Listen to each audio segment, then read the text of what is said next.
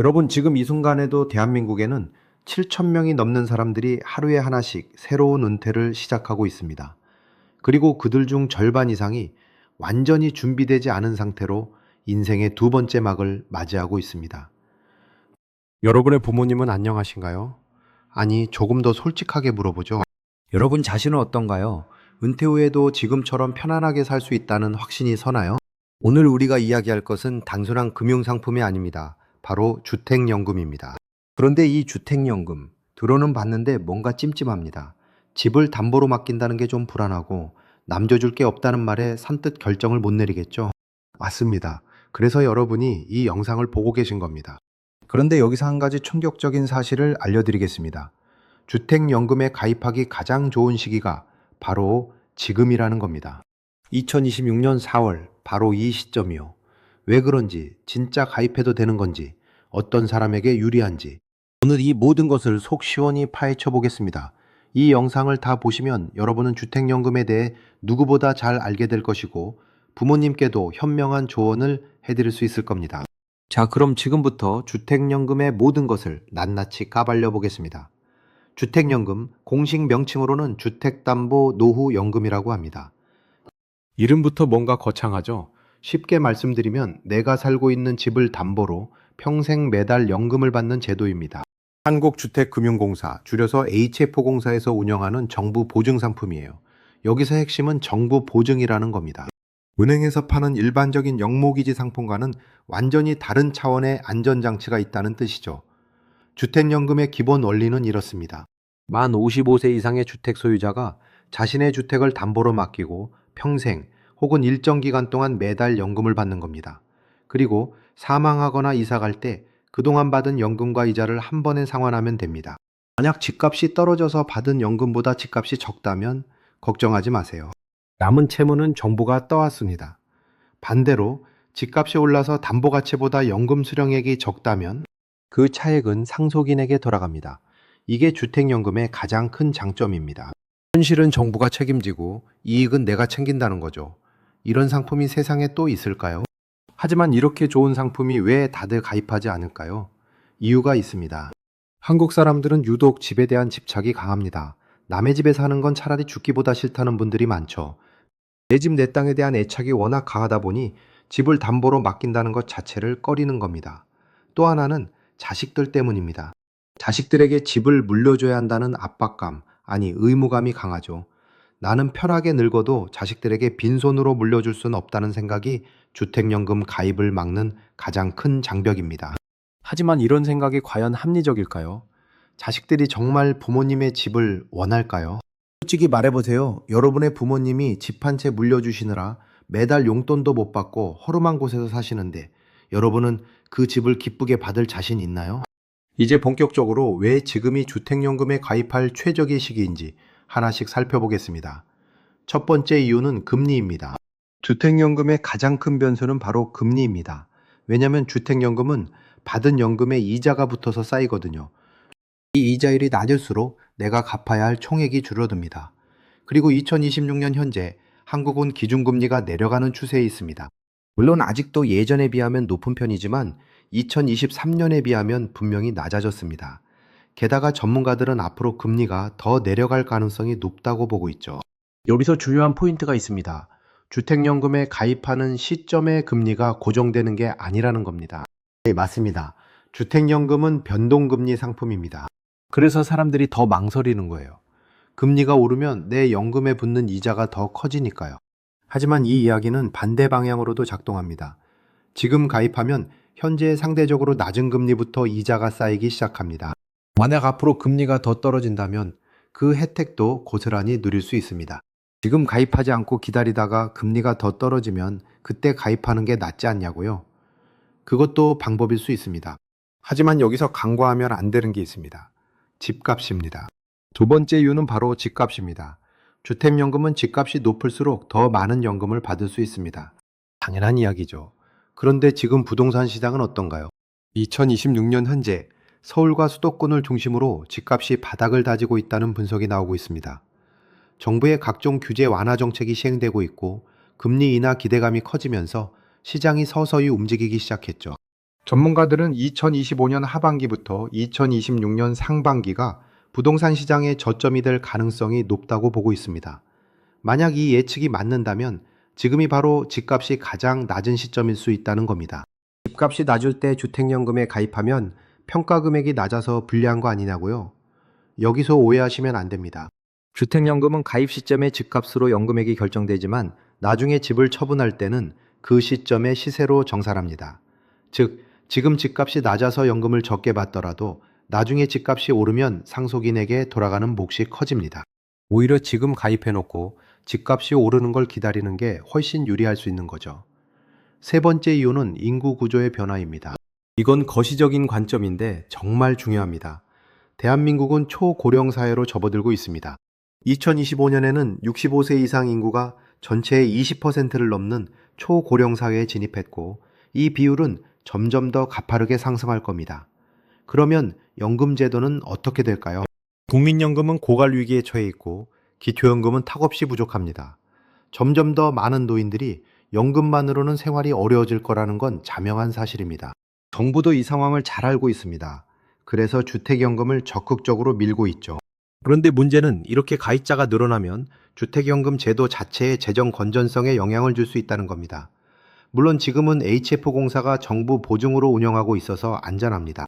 하지만 미래에는 가입 조건이 까다로워지거나 혜택이 줄어들 가능성을 배제할 수 없습니다. 실제로 몇 년 전만 해도 주택연금 가입 요건이 지금보다 훨씬 까다로웠습니다.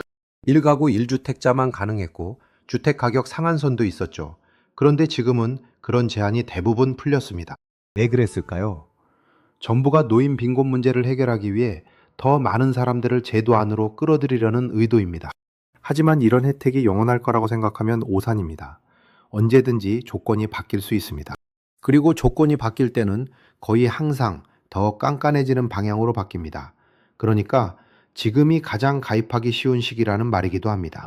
자, 이제 슬슬 본격적인 분석에 들어가 보겠습니다. 주택연금의 핵심 조건부터 하나씩 뜯어보죠.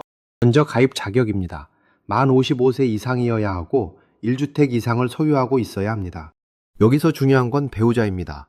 만약 신청자가 55세 이상인데 배우자가 더 젊다면 배우자의 나이까지 고려해서 연금액이 계산됩니다. 배우자가 젊을수록 더 오래 연금을 받아야 하니까 월 지급액은 줄어들게 됩니다.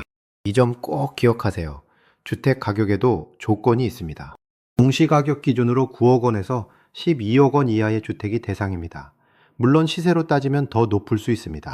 2026년 기준으로 서울의 중간 가격대 아파트는 대부분 포함된다고 보면 됩니다.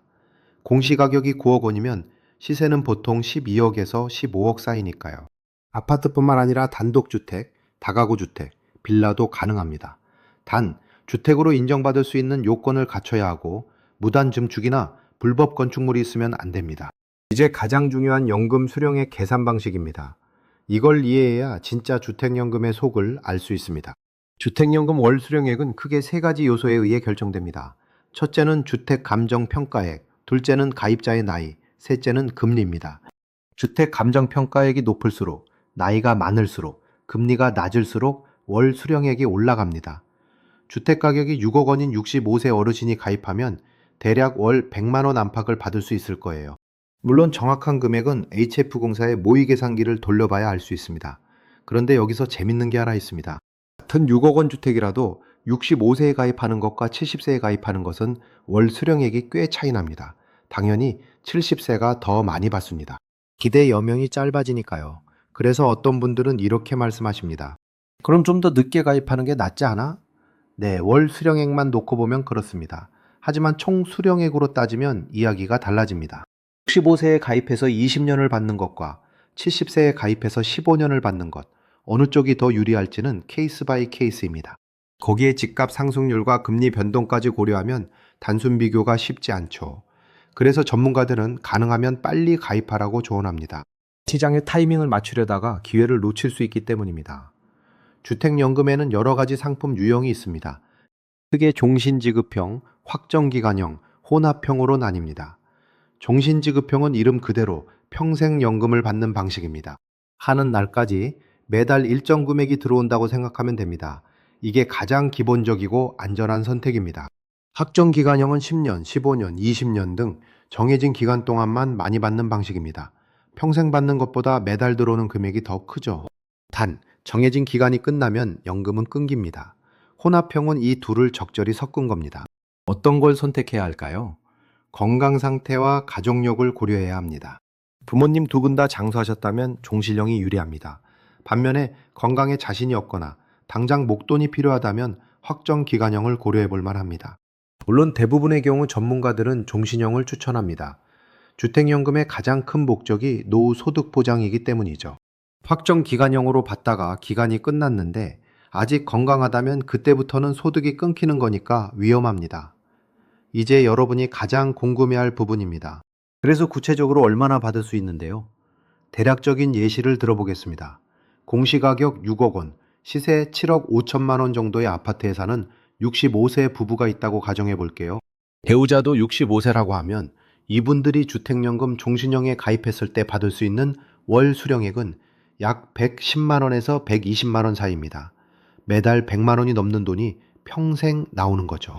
여기에 국민연금과 기초연금을 더하면 국민연금을 평균 정도 받는다고 가정하면 월 60만 원 정도, 기초연금이 2026년 기준 약 33만 원입니다. 합치면 월 200만 원이 넘습니다.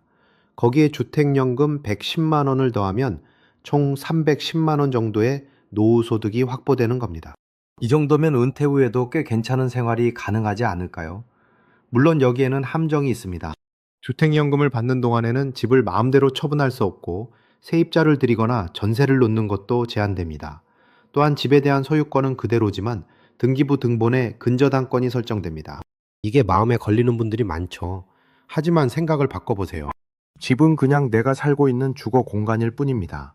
그 집 때문에 굶어 죽을 순 없지 않습니까?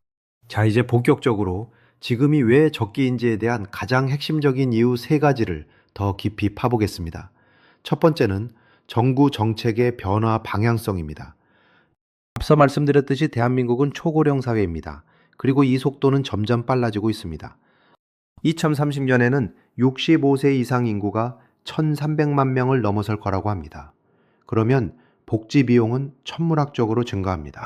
정부가 감당할 수 있는 한계를 넘어서는 거죠. 이런 상황에서 정부가 선택할 수 있는 카드는 몇 가지 없습니다. 국민연금 보험료율을 올리거나 지급액을 줄이거나 수급 개시 연령을 늦추거나 아니면 민간 자산을 활용한 노소득보장 제도를 활성화하는 겁니다. 바로 주택연금이 여기에 해당합니다. 정부 입장에서는 주택연금 가입자가 늘어날수록 복지 재정 부담이 줄어듭니다. 그러니 당연히 주택연금 조건을 더 좋게 만들어서 많은 사람들이 가입하게 만들 유인이 있습니다.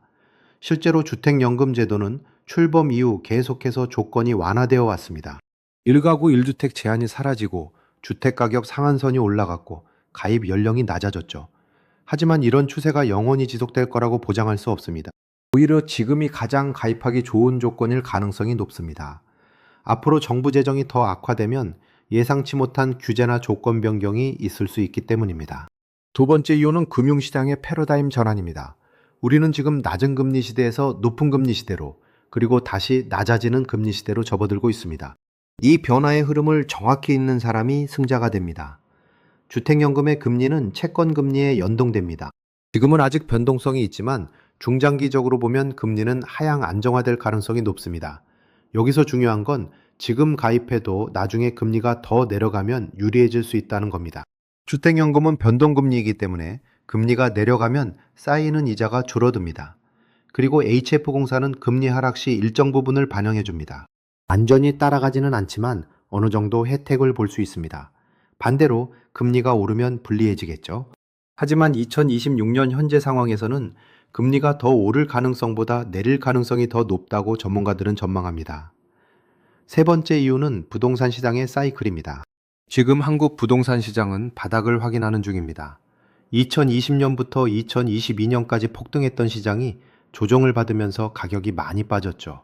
특히 수도권 외곽이나 지방은 30% 넘게 하락한 곳도 있습니다.